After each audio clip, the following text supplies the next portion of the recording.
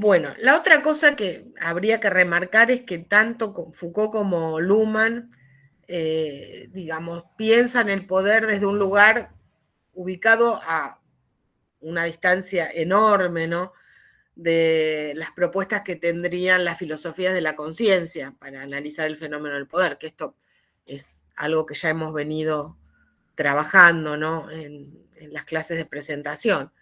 La cuestión sería, para estos autores, ¿el poder político, digamos, tiene alguna especificidad definitoria que permita diferenciarlos de otras formas de poder? En el caso de Luhmann, esto es claro, digamos, cuando hablamos de poder político, Luhmann se está refiriendo a un subsistema dentro de ese sistema global o macrosistema que es la sociedad, esa estructura sin centro ni vértice, como dice él, ¿no? Cuando habla del sistema político, por otra parte, está pensando en un entramado propio de ese sistema de comunicación simbólicamente generalizado que es autorreferencial, porque como dice él, el sistema político produce y reproduce los insumos con los que se alimenta, ¿no es cierto? Que son, dice él, las decisiones políticas. Y por otra parte, el sistema político, como esta matriz de autorreferencialidad, es el que, digamos, vehiculiza, digamos, la generalización y la generación de decisiones vinculantes, ¿no es cierto? Decisiones que autoritativas, como aparecen en algunas traducciones, sobre todo en los sistémicos, en los trabajos de los sistémicos, ¿no? Decisiones que generan obligación política, ¿no? Decisiones que deben ser aceptadas por aquellos a los que va dirigida.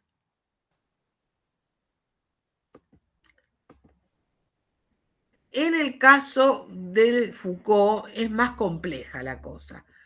En principio, cuando Foucault trabaja la dimensión política del poder, no está pensando a una condición o un fundamento de politicidad que le sea inherente a una forma específica de poder, sino en todo caso a un tipo de efectos. No hay poder político cuando hay efectos de sujeción, en el doble sentido, digamos, de producir subjetividad, es decir, producir formas de identificación y de autorreconocimiento del individuo consigo mismo, y de producir sujetamiento, es decir, subordinación, si ustedes quieren, ¿no? Y acá cabría también introducir la cuestión del modo en que opera la matriz exogenérica de relaciones de poder, tanto a la hora de producir subjetividad como sujetamiento, que en realidad Foucault, digamos, es una cuestión que trabaja de una manera, digamos, bastante periférica. Para Foucault el tema de la sexualidad es un problema, pero lo que le cuestiona, por ejemplo, Judith Butler, es que no ha pensado la sexualidad en el marco del dispositivo sexogenérico, ¿no es cierto? Los 3 volúmenes de la historia, de los 3 volúmenes de la historia de la sexualidad, los 4, el último, editado de manera póstuma hace algunos años, en realidad el primer volumen es conceptual, el primer tomo es más conceptual, teórico-metodológico, y tiene el foco puesto en, digamos, el modo en que a partir de la modernidad, el siglo XIX, en eso que se llama el umbral biopolítico de la modernidad, digamos, se generan toda una serie de discursos regulatorios sobre la sexualidad. Y después da un salto en el vacío, da un salto en realidad 20 siglos para atrás, 25 siglos para atrás, porque los volúmenes sucesivos tienen que ver con las prácticas del deseo, del goce, del placer, los cuidados del cuerpo, pero en el mundo helenístico. O sea que no tenemos, a ver, reconozco la potencia de la crítica que le hace Butler, pero bueno, en realidad, y también reconozco en el marco de los feminismos, ¿no?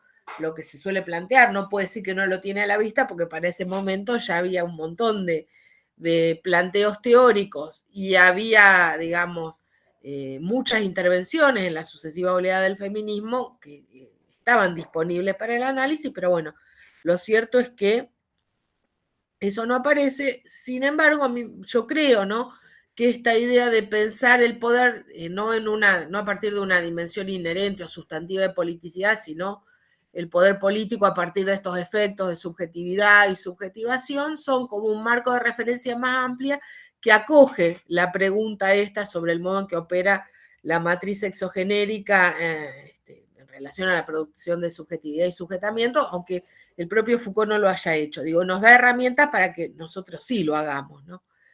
Y la otra cuestión interesante es que Foucault rechaza el uso de le politique. Él, que es como digamos, como se usa en francés lo que nosotros traducimos como lo político.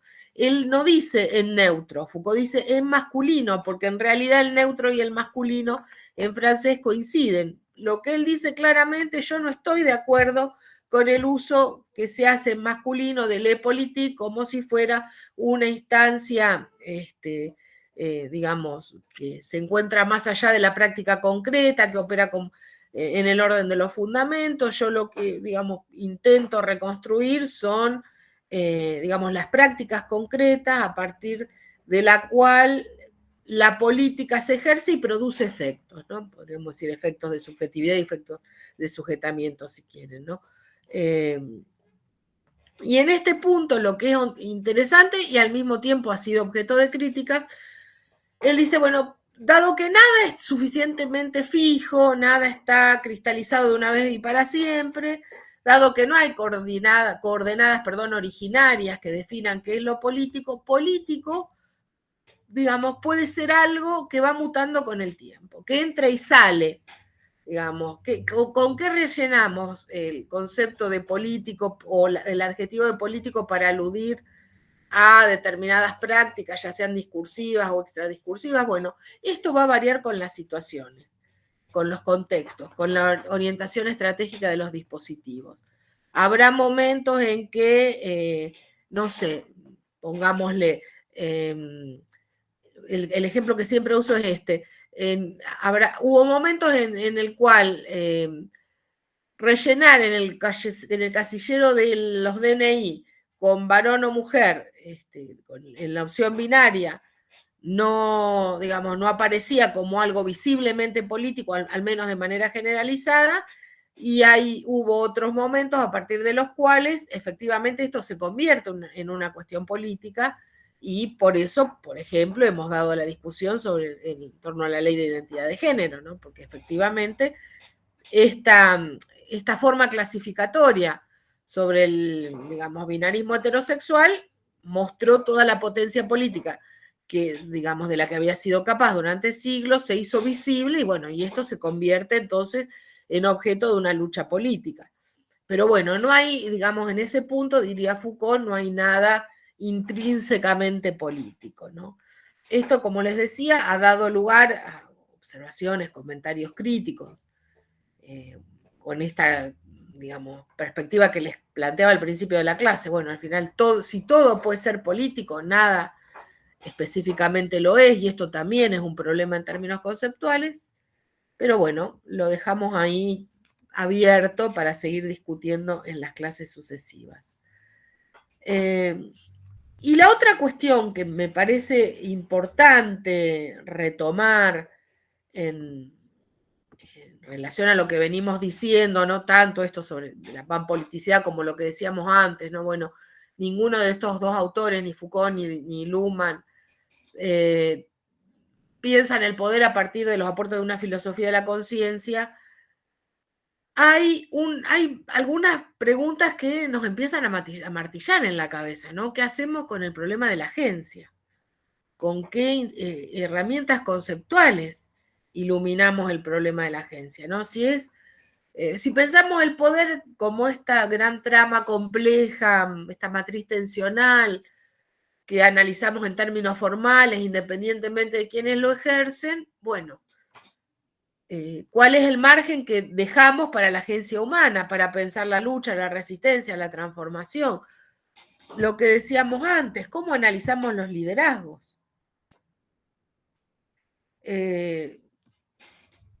Agencia y liderazgo, digo, pueden ser abordados sin los instrumentos elaborados en la saga de los aportes que habían producido la filosofía de la conciencia. Esto queda abierto, digamos, como les decía, son preguntas que no necesariamente tienen respuestas, pero que podemos retomar en cada una de los puntos de las distintas unidades del programa. Después vamos a ver que, digamos, en algunos otros pasajes el tema de la agencia a Foucault le preocupa y va a tener otras respuestas para darnos, no así, no aparece con tanta claridad la cuestión de los liderazgos. Vamos a ver, por ejemplo, que Laclau tiene otra propuesta para resolver el tema de los liderazgos sin caer estrictamente en lo que Foucault llamaría la soberanía de la conciencia o la soberanía del sujeto.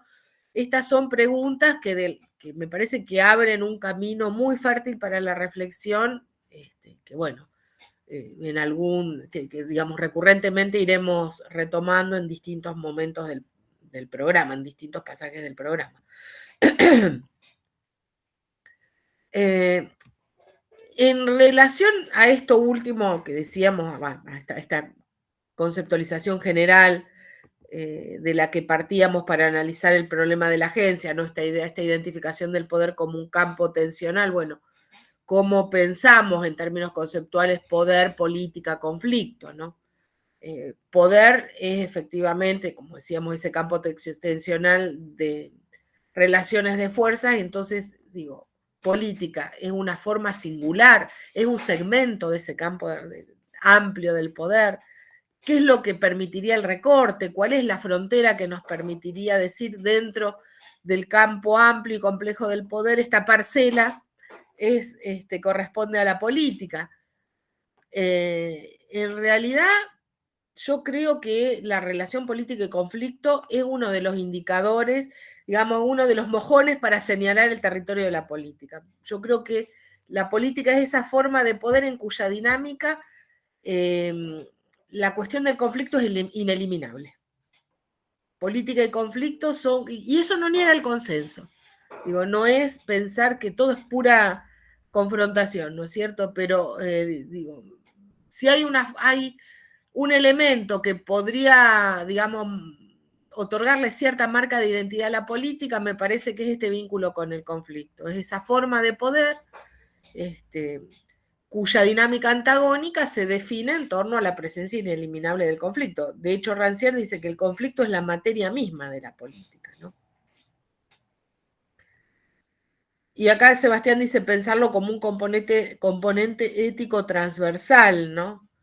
Efectivamente, el conflicto es transversal y es ético, coincido en eso, no sé si por las mismas razones, pero digo, me parece que es ético porque nos obliga al reconocimiento del otro. Y en ese punto, conflicto no mata consenso, conflicto no mata conversación, digo, conflicto no mata debate, al contrario, me parece que, digamos, son todos elementos que articulados entre sí se enriquecen mutuamente. Bueno, acá esto también lo voy a pasar más brevemente porque también lo van a trabajar. Entonces digo, si el conflicto es parte de la materia misma, de la política, como dice Rancière, bueno, ¿cuáles serían las herramientas, ¿no? Con las que pensamos el modo en que el conflicto le da esa marca de identidad a esa forma particular de poder que es el poder político? Y bueno, las categorías con las que vamos a trabajar son las que mencionábamos antes, ¿no? Antagonismo, que marca la relación con una fuerza radical, agonismo, que digamos marca la tensión en el marco de la disputa verbal entre interlocutores que se reconocen como, digamos, pertenecientes a un mismo universo, que es el universo simbólico de la democracia, y el litigio, ¿no? Como esa disputa por participar en la cuenta, ¿no? Por desbaratar la cuenta de los que no cuentan, digamos, de las formas dominantes del régimen policial, y hacer ingresar a partir de ese común litigioso a los que habían sido ignorados, ¿no es cierto? ¿Litigio en torno a qué? Sería la otra cuestión que cabe en relación a esto, que también son cuestiones que después ustedes van ver, digamos, más sistemáticamente con los textos, pero podríamos decir conflictos en relación a la redistribución y, digamos, acá obviamente el tema de la propiedad privada, ¿no? Es un tema central, el momento disruptivo, aunque podríamos pensar en otros recursos materiales también redistribuibles, y conflictos en relación al reconocimiento, ¿no? El reclamo a que una singularidad de la que un sujeto, un individuo exportador, sea reconocida, poniendo en jaque, ¿no?, el principio de universalidad de la política moderna. La política moderna ha creído, digamos, ha funcionado, mejor dicho, sobre el presupuesto de que, digamos, con una categoría universal de ciudadanía, todas las diferencias quedan incluidas, y el planteo sería que todas las diferencias quedan anuladas, quedan, digamos, de alguna manera silenciadas, y no es la idea, ¿no? Entonces, los conflictos por el litigio por el reconocimiento, el litigio por una singularidad que es disruptiva con respecto al principio de la universalidad propio de la política moderna. Acá también, esta es otra pregunta que queda abierta, podemos seguir discutiendo después, pero el conflicto se salda, el litigio se cierra, es una forma latente, digamos, ese golpeteo continuo sobre el campo de la política que nunca se termina de cerrar. Bueno, esas son cuestiones que también, digamos, quedan para la discusión, ¿no?, que tendremos que seguir viendo. Y en relación a esta cuestión, de si se salda o no, aparece el tema de ración y política, ¿no?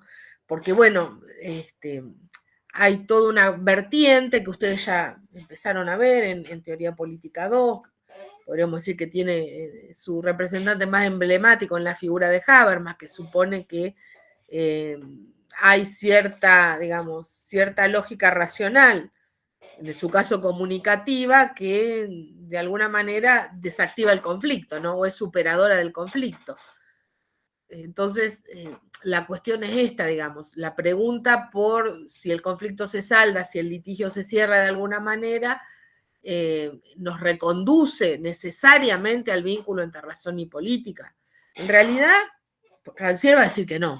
Rancière va a decir que, digamos, el problema justamente con la filosofía política es que intenta, a partir de posicionarse en el lugar de la razón, disciplinar a una política que siempre desborda, ¿no es cierto?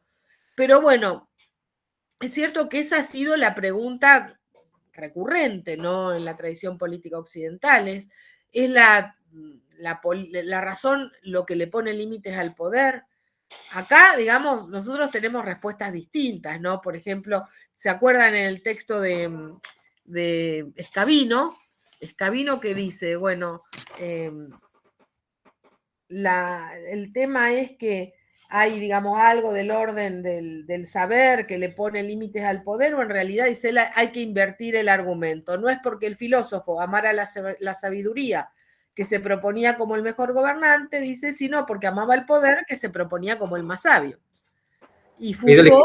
Ahí da el ejemplo del filósofo rey de Platón. Exactamente. Y Foucault, digamos, ubicándose ya en lo que él llama la época clásica, siglo XVII, XVIII, ¿qué dice?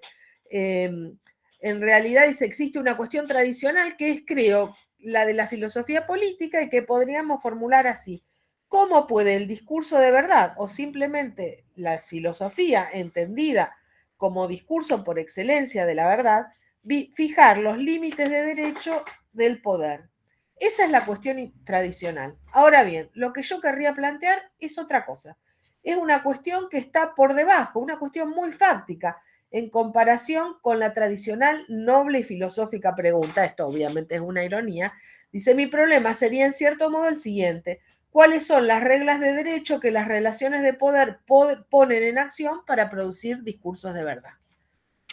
Entonces, acá también tenemos una cantera inagotable como para seguir trabajando, ¿no? Porque, bueno, la cuestión es, ¿el poder porta su propia racionalidad o le viene impuesta desde afuera, como diría Foucault, intenta hacer la filosofía política tradicional, ¿no?, ubicando en la razón el límite, en una razón externa, el límite, digamos, al poder, O podríamos pensar que la racionalidad del poder es la racionalidad del cálculo. Eso también está presente de Maquiavelo en adelante, podríamos decir, después lo vamos a ver cómo lo plantea Foucault en relación al liberalismo, ¿no? Y en este punto, otra cuestión que dejo abierta para retomar hacia el final de la materia, de manera sistemática, aunque esto va a reaparecer, ¿no? Racionalidad del poder es lo mismo que razón gubernamental, porque Foucault dice que en toda práctica de gobierno hay una razón práctica, él dice, que se gesta en la propia práctica de gobernar, que ordena, digamos, el camino de las prácticas gubernamentales. Ahora, ¿esto es lo mismo que hablar racionalidad del poder, de racionalidad del poder? En realidad, en el caso de Foucault no es lo mismo, pero también es una cuestión que vamos a ir discutiendo. Y ya con esto cierro y podemos dejar abiertas las preguntas, el ciclo de preguntas.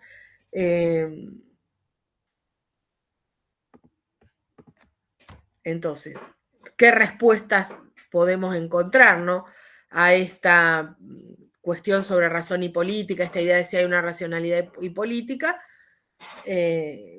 Rancière, que es uno de los autores que tomamos más frecuentemente en la materia, ¿no? En realidad la única racionalidad de la política es la del desacuerdo, la tensión, el conflicto, y justamente por eso el problema, digamos, con la filosofía que se autoproclama política es esta, que la política intenta suprimir, ordenar el campo de la política, suprimir el desacuerdo, ¿no? Entonces, en realidad la filosofía política para Rancière sería la más impolítica de las reflexiones, en la medida en que intenta disciplinar a la política. Para Luhmann, la racionalidad de la política estaría dada en la racionalidad del sistema. El sistema tiene su propia racionalidad, efectivamente, que es la racionalidad de estos sistemas de comunicación simbólicamente generalizados, ¿no? Después tenemos el planteo de Habermas, ¿no? Con esta idea de la racionalidad comunicativa e intersubjetiva, que es el punto de apoyo que permite ordenar la disputa en el campo de la política, ¿no? Y bueno, retomar o reencontrar el punto, digamos, de fuga de ese proceso que instituyó la modernidad de colonización del mundo de la vida por parte del sistema. Y bueno, y la otra vertiente que ustedes ya han visto en teoría 2 es la Escuela de Frankfurt, que plantea, digamos, que la razón de la política es una razón instrumental, ¿no? Una relación medio-fines de dominio sobre el mundo natural y social. Y en ese sentido, digamos, uno en la mayoría de los textos de los frankfurtianos no encontraría en esta razón instrumental una alternativa emancipatoria, ¿no? para los sujetos.